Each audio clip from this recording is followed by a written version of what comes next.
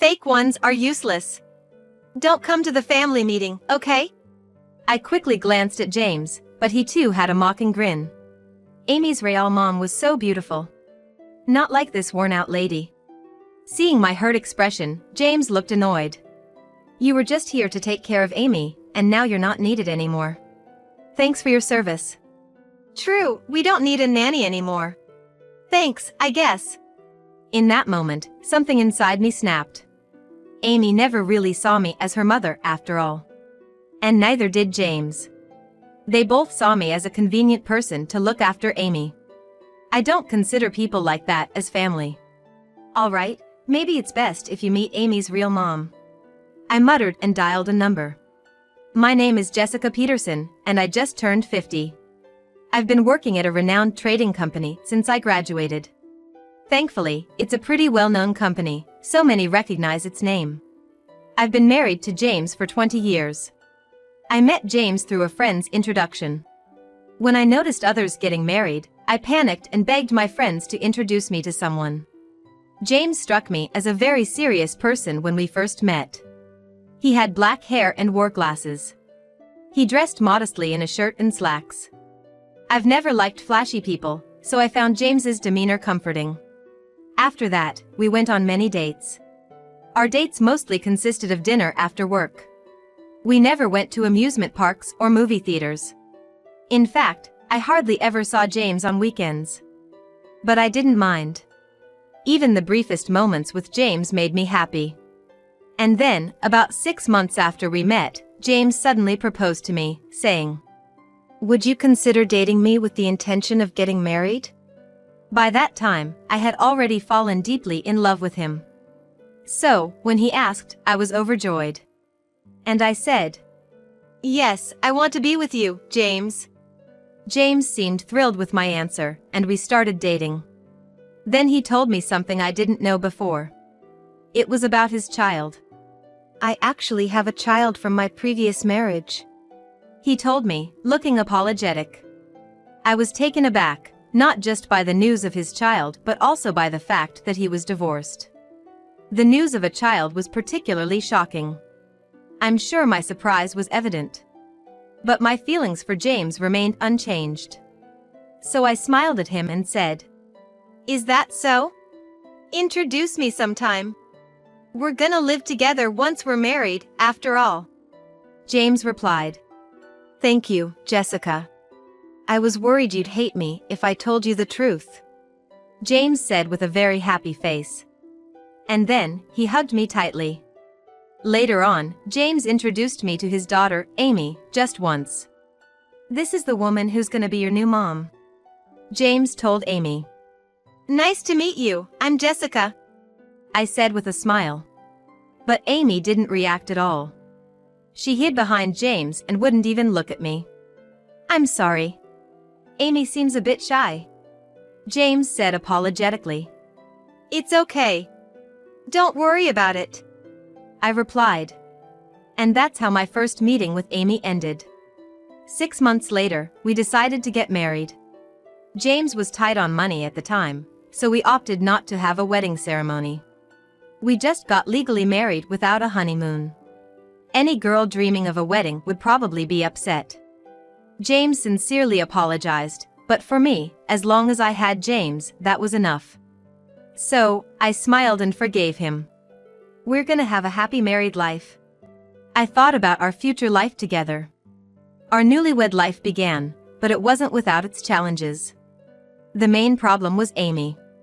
She strongly resisted the idea of living with me. Until then, James and Amy had been living in a one-bedroom apartment, which was too small for the three of us. So, we decided to move to a slightly larger condo. But for Amy, leaving the place she was familiar with seemed really hard. "I hate this place. I liked our old apartment," she cried out loudly. "Amy, the previous place was too small for all of us. Can't you understand?" James tried to reason with her. But Amy just continued to cry. "Why do I have to live with this old woman? I want to live with my real mom." She pointed at me and said, "Hey, Amy." James started to scold her, but I stopped him. James, it's okay. I can understand it's hard for Amy to accept this new life all of a sudden. Just think of me as a roommate, okay? I told Amy sincerely. Jessica. James looked at me with concern. Amy just glared at me in silence. Despite the initial tense atmosphere with Amy, over time, her attitude softened. Initially, she'd say things like, "I don't want to live with this plain old woman. It's so embarrassing, I can't even tell my friends." But I understood Amy's feelings. It must be lonely not being able to live with her biological mother. When Amy was 5, James and his first wife divorced. That's why Amy's memories from that time are somewhat hazy. She would always look at pictures of her real mother, saying, "My real mom was this beautiful, not like you." She'd flaunt the photos at me with a smug look. I figured she was probably just putting on a brave face to hide her loneliness. I tried my best to be patient and understanding with her. I'd always take time off work to attend school events, even if Amy was against it. And of course, when she was sick, I'd stay home to care for her.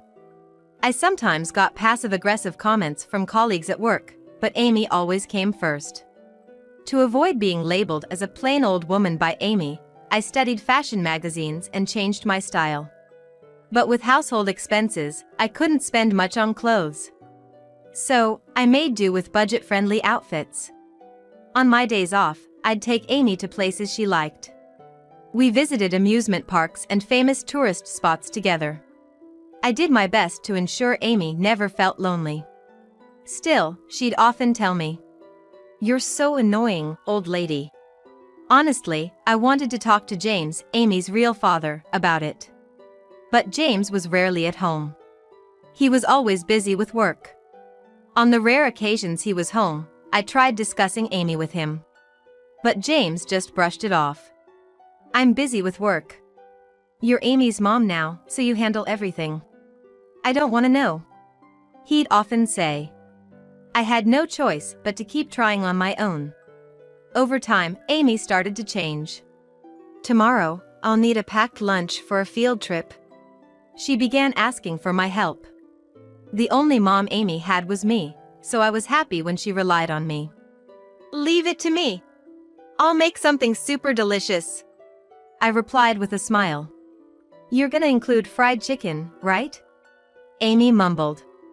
I found this side of Amy endearing. I felt we might eventually develop a real mother-daughter bond. I continued to put in effort to build a better relationship with Amy. Time flew by, and 20 years later, Amy was 25. Now, Amy was an adult with her own job. She grew up to be a stunning young woman. Currently, she works in an administrative role at a small company.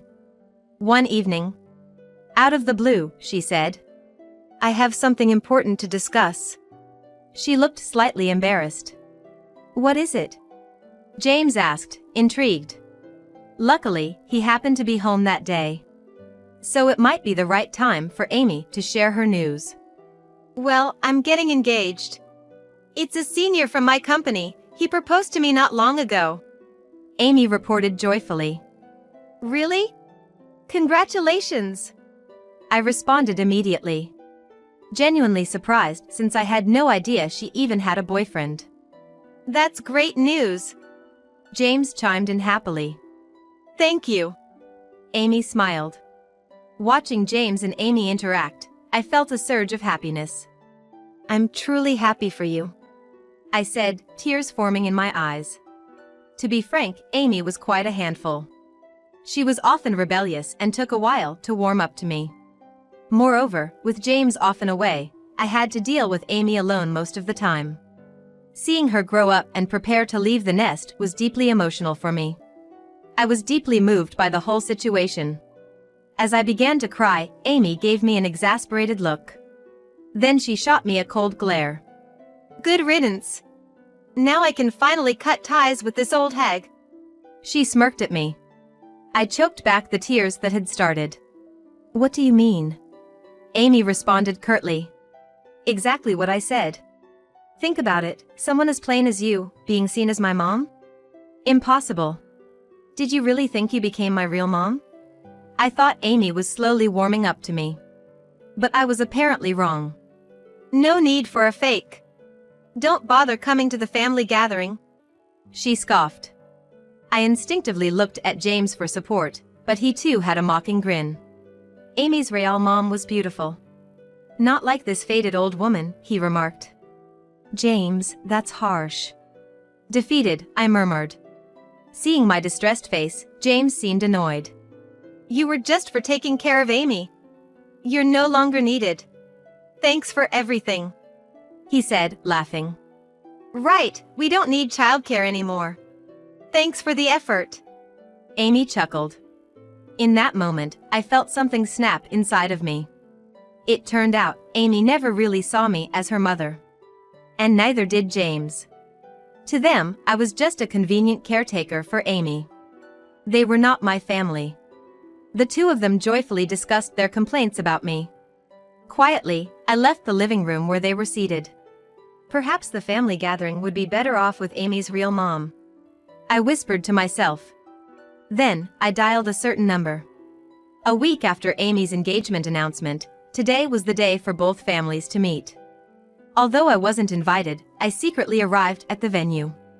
Why? Because right after announcing her engagement, Amy had demanded something from me. You're embarrassing, so I don't want you at the family gathering. But you have to cover the cost.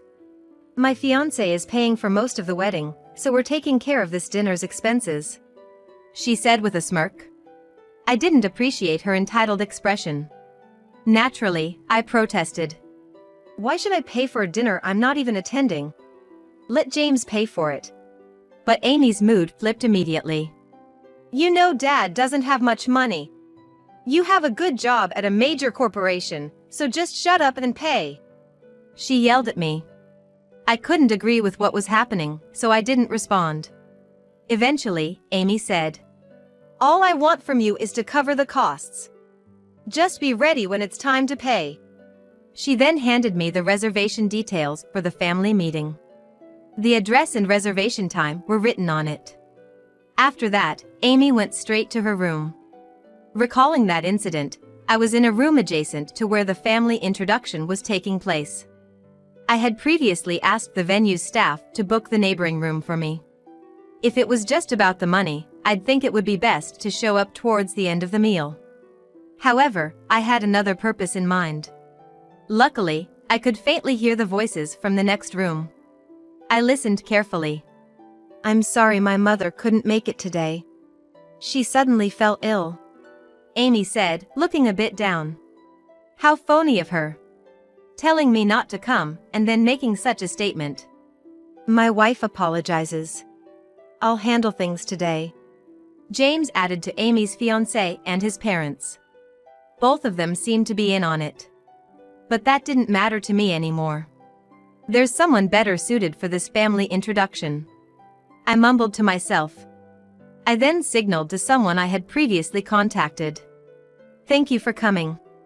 She gave me a thumbs up and headed to the introduction room. James, Amy. Long time no see. Amy's real mother, known as Susan, appeared in the doorway. Susan. Why are you here? James seemed taken aback. The others were left dumbfounded. I invited her.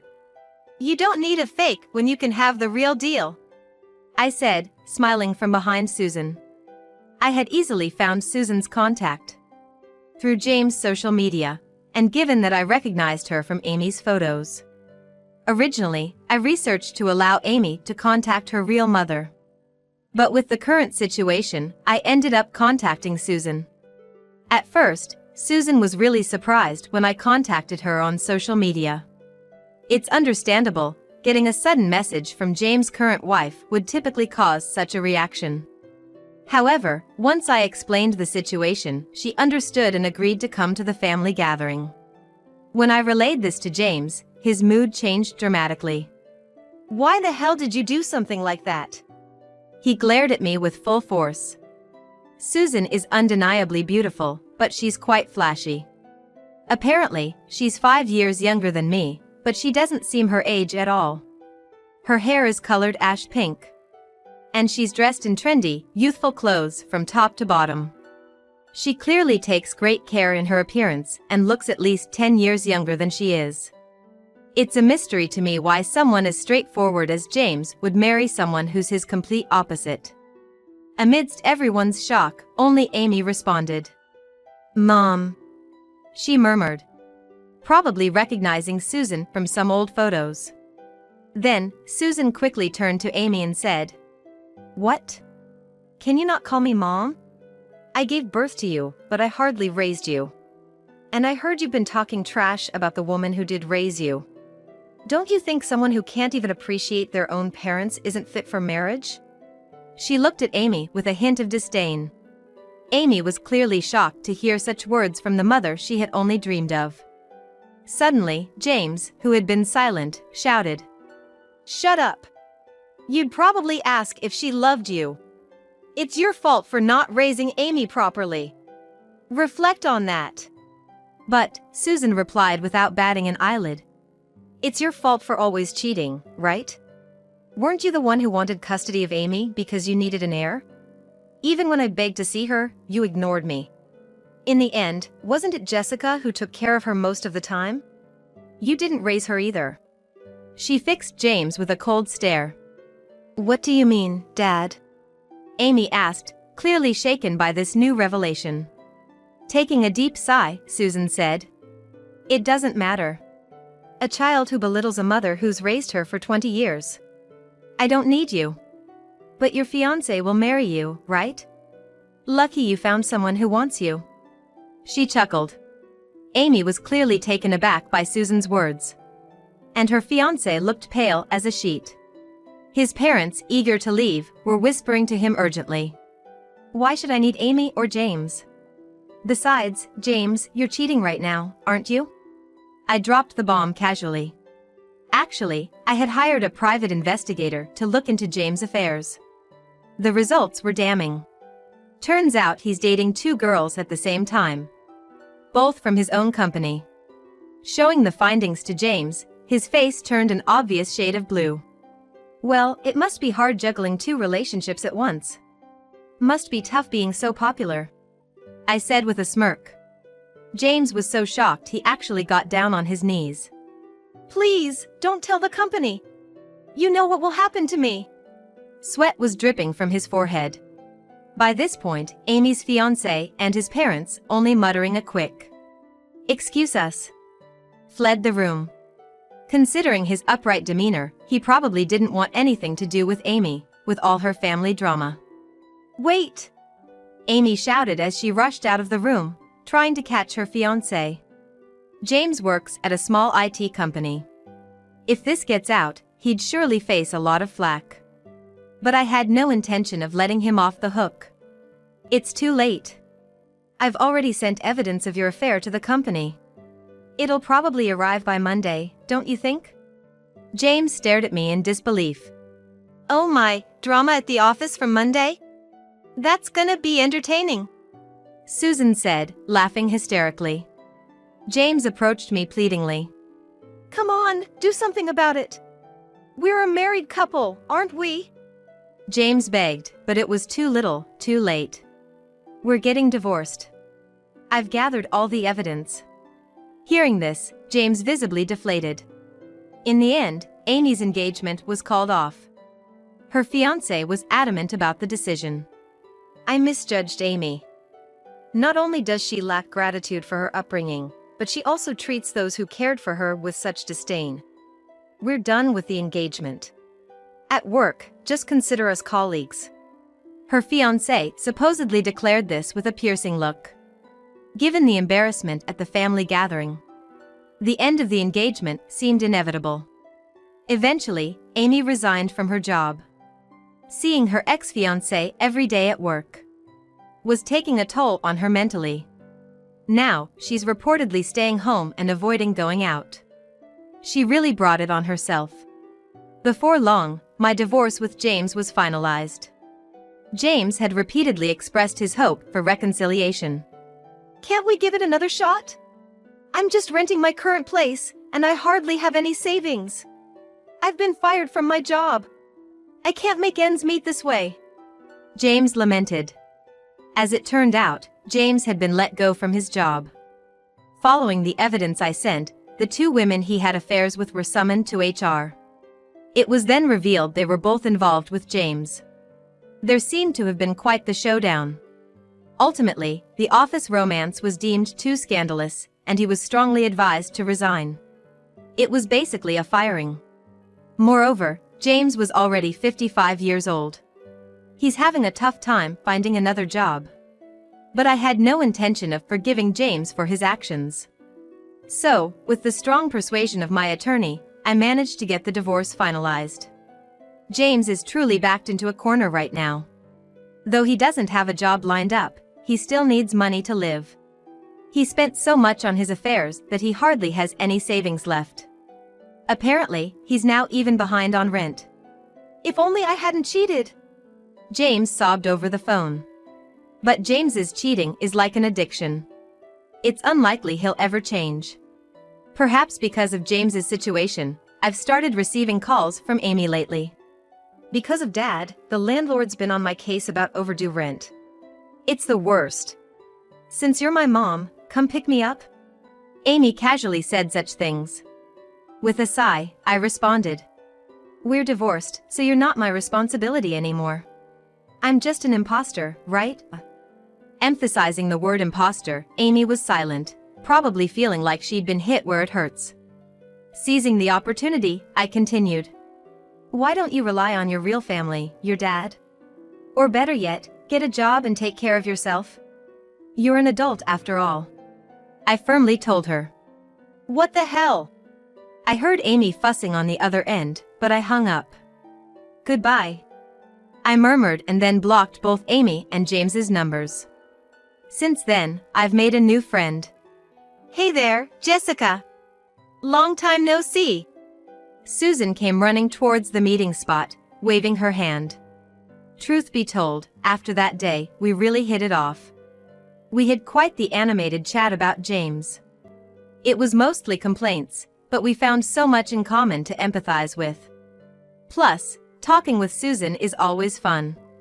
All this time, I had been consumed with looking after Amy and working. So, I hardly had any time for myself. But now, I can enjoy my own time however I please. Thinking about that makes me quite excited. "Jessica, you've been smiling a lot more lately. A smiling face suits you better. It makes me happy too," Susan said with a bright smile. Her words warmed my heart. Some say turning 50 is the halfway point in life, but I don't feel that way at all. To me, this is just the starting point. I'm determined to live a life without regrets from here on out.